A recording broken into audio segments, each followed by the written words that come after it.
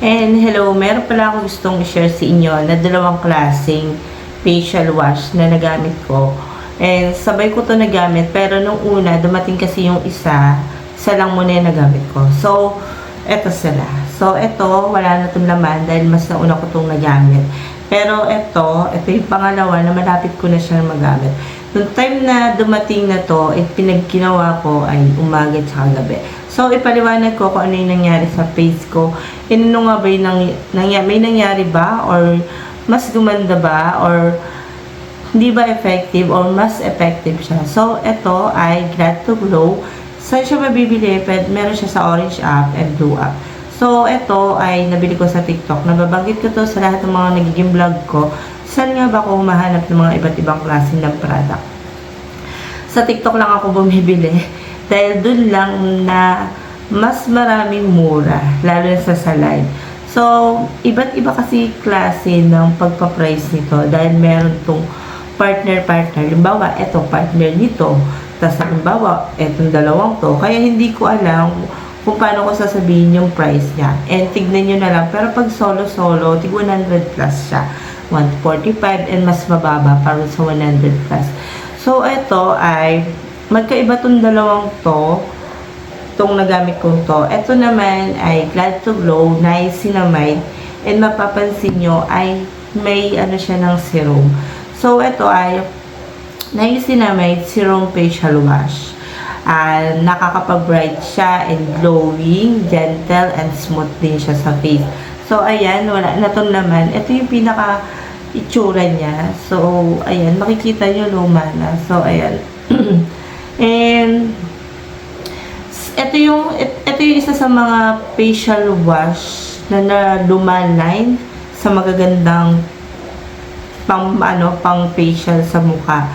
Kasi, I mean, nakita ko kasi to is, halimbawa, may rate sila, halimbawa, 100% is ganito, ganyan. Ito ay nakita ko, 1,000% na nakalagay siya. So, ito ay isa sa mga magandang nakakapagpag-glow sa face.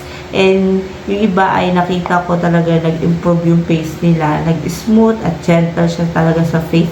And, nakakita na ako ng ganitong ibang klaseng may serum na, facial wash na meron ng serum. So, ito ay Niacinamide Serum Facial Wash na nakakapagpa-light ng mga dark spot. And melasma, magko-question dyan ay kung natatanggal ba sa melasma kaagad-agad yung mga katulad ng ganito.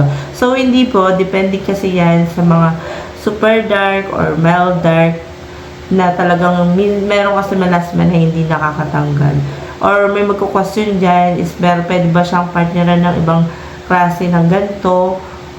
Pero, Glad to Glow, kung gusto nyo, kasi marami naman silang iba't ibang klase ng mga product ng katulad ng mga ganito, tapos ganito, ito ay serum, tapos meron din siyang ganito, day cream, and makikita nyo may sunscreen, meron pa siyang iba't ibang klase, and i-check nyo na lang. So, ayun, share ko lang din to dahil nagamit ko itong dalawang to. So, ito wala na siyang laman and hindi ko nababanggitin yung ingredients niya dahil nandito sa likod, napakarami. And paano siya gamitin? Kuha lang kayo ng konti. Ayan. Ito yung tsura niya. Sobrang bulang-bulang. Ayun, wala na. Halos gamit na gamit ko to. Alam niyo yung parang, ito tsura. Wala na talaga naman siya. Ayan. Ano siya, yung parang, ano niyo yung pagka nagtanggal talaga. Ano yung ang kulay nito ay, kulay pink siya. Tapos, siya, parang, ba to? Clear lang yung niya, pagka-face siya. Tapos, mabula ba siya sa face? Yes, mas mabula siya sa face. And, malagkit ba siya? Siyempre, malagkit pagka ginaganon siya. So, mabula ba siya? Makrimi ba siya? Kasi merong dalawang klase, makrimi, tas bula. Makrimi siya pagka kunti lang nilagay mong tubig. Pero pagka marami, mabula talaga siya. And mahapdi ba siya sa face? And banat ba siya pagka after mong magamit? So, hindi.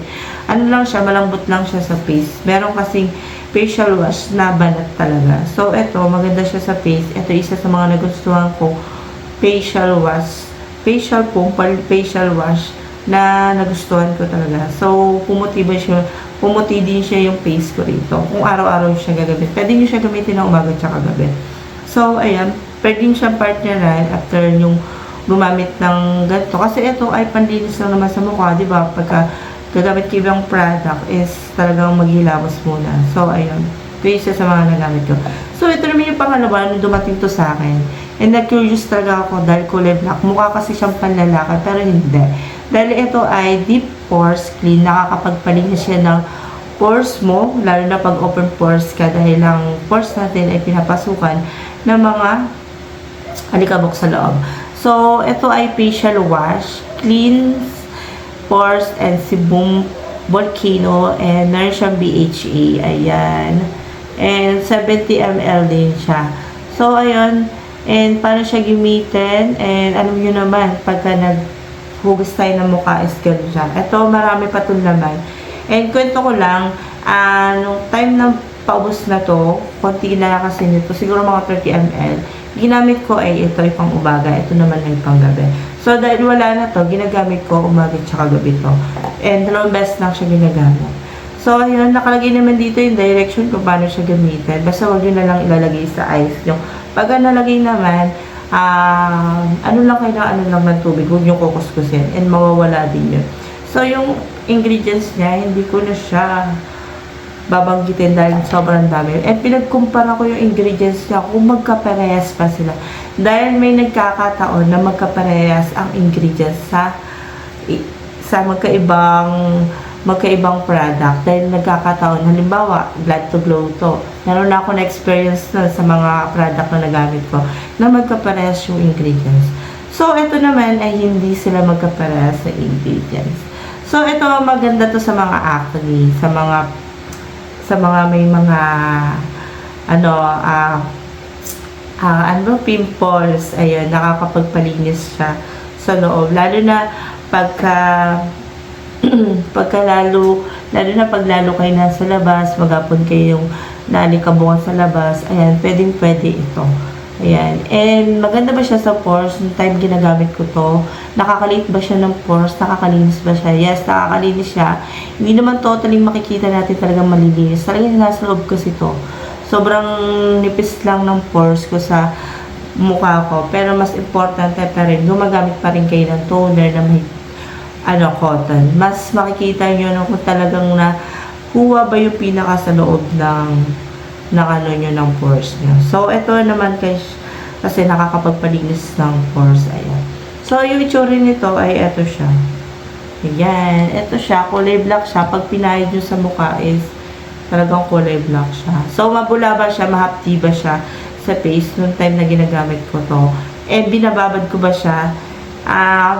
Seconds lang. Pwedeng 1 minute hanggang hindi ba siya mahapdi?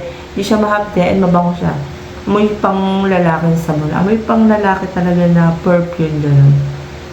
Mabango siya para sa akin. Hindi naman siya masakit sa ilong. Noong time na kuskus na face ko to, nag-e-enjoy ako. Noong time na pagkatapos ko siya gamitin, nagbanat pa siya. So, hindi siya. Malambot lang siyang gamitin sa mukha. And hindi siya makati And ayun. Itong dalawang to, pinag-partner ko itong dalawang to dahil marami akong nakitang review na gumagamit sila ng ganito.